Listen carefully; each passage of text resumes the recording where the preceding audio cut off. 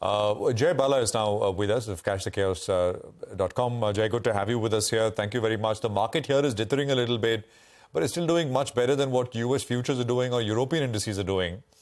And the big talking point has been US yields. And of course, the dollar, which is now close, the DXY, which is closer to 106. So let's just start there in terms of US yields and the dollar. Will we see a turn down from here, or do you think there's more to go? Yeah, we've been discussing US 10-year yields as an important asset class for some time now. In fact, I pointed out even 2 weeks back that the short-term moves for the US 10-year yields is about 4.7, and I expect that to happen within 3 months' time frame, and it's coming a little quicker. The only reason why the US 10-year yields would soften would be because the markets recognize in anticipation of a sharp fall in the equity markets, and then there's a flight to safety to yields. That's the only reason why it can soften. And from whatever happens, the longer term, we are looking at much higher levels for the yields, and we have discussed this several times. And we are looking at least 700 to 800 bips, but that's a 24 months time frame. When it comes to the US dollar index, I've been saying for quite some time now that the peak that we saw in 2022 is not the peak of the dollar for times to come. And we've just seen 106, and we've seen something unique for the dollar index. We've seen 10 weeks of back-to-back gains for the dollar index. I've gone back up to 1997, 1996. I've not been able to see such a streak so far. So we are in the midst of a very important strength for the dollar index. Pullbacks are likely to get bought, and we're going to see at least 109, 110. But my thesis is that we are headed to 120 plus. Okay, 120 on the dollar index. Oopsie. All right. Okay, interesting. Jay, that's not 120. I just wondering what to ask. Yeah, he's suddenly speechless. But we'll talk about that's the not a short-term call. It's a medium term. It's a medium-term call. Okay, all right. So dollar index is going to get stronger. What about precious metals? Gold was moving quite well, but then it stopped in its tracks. Gold as well as silver. How do you see both those two assets moving from here? Yeah, precious metals are reiterating my view, and in the short term, I'm seeing at least a 10% drop for gold and silver to come through.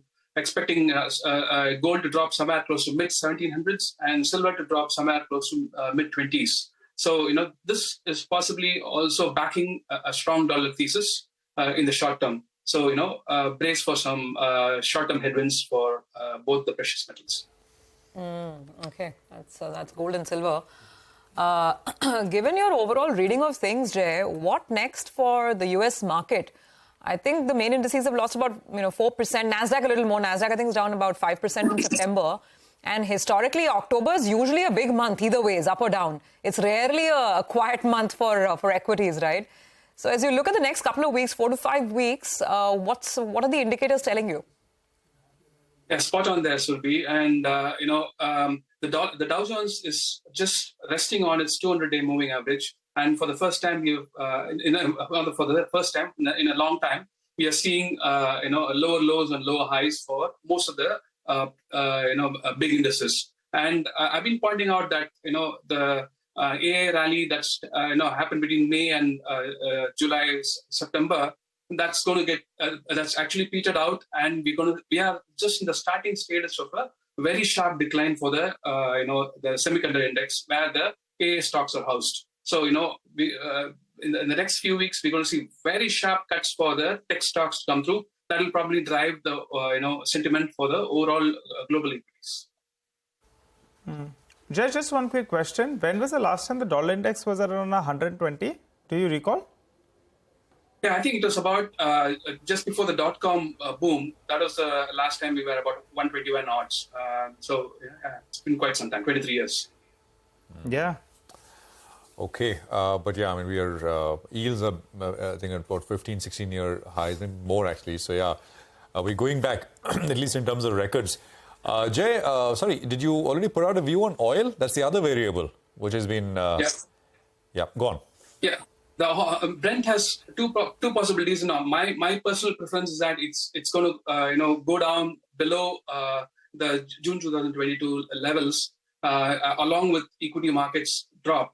but there is an alternate possibility which I'm keeping myself open to. If we see one more higher high come through for Brent, I think this might be the bottom for this. By this I mean the recent low of about 60 odds might be a bottom for a move towards 250 plus for Brent. But that's not my principal thesis. I'm working with a crude collapse along with equities.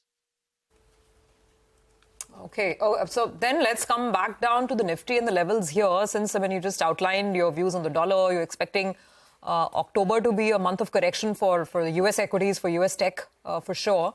What about the Nifty? Immediate downsides here that you'd look at, and any trading suggestions, ideas then to play that? Yeah, I think Nifty is likely to see some kind of pullback to the last 5-6 sessions of drop from 20,200 to 19,600. I think 19,600 is going to hold from a 1 to 3 days perspective, and we're going to see a bump up somewhere close to 19,800 to 19,900.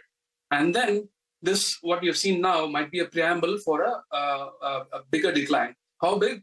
We'll work with at least 18,400. Probably it could get bigger. We'll have a better idea probably next week. But right now, I'm seeing this as the start of a drop to much bigger levels. Maybe it's the banking index, which is clocked a few points lower than its July highs. That's going to possibly clock a double top. But we're waiting for banking index to break below 43,600, 43,500. Only then it's a confirmation. So this could mostly it's the private sector banks that's weaker than the public sector banks. Okay, all right. Jay, there are two stock calls, I believe, that you have a call on, and you're bullish on both of them. Deepak Fertilizers as well as Indian Hotel. Tell us more. What are the levels you're tracking there? Yeah, besides Indian Hotels, I'm also bullish on another Tata company, Volta. So, but Indian Hotels possibly is relatively stronger. So that's the reason I picked this. It's got unfinished upsides and the momentum is still strong. And as long as the stock can stay above 390, I think it's headed for 470 Indian Hotels. And Deepak Fertilizer is a bottom fishing candidate. So it's not strong on the slightly higher time frame, but quite strong on the short time frame. So place a stop below 610. If you want to be even more conservative, we can keep it below 600. 610 would be even okay for it. But I think a short-term bump up to 740 is the potential for Deepak Fertilizer. Okay. Got it. So that's that. Just repeat the short-term call on the Nifty for us, Jay. Yeah, I see the path that I see for the next few sessions is that a pullback towards 19,800, 19,900, and then it breaks the 19,600 low that we saw a couple of sessions ago. But if 19,600 were to drop straight away, I would still see a bump up come back to the market somewhere close to 19,800, 19,900. And then only begin the decline towards 18,500. Okay. All right. Thanks a lot for that. Jay, just one alert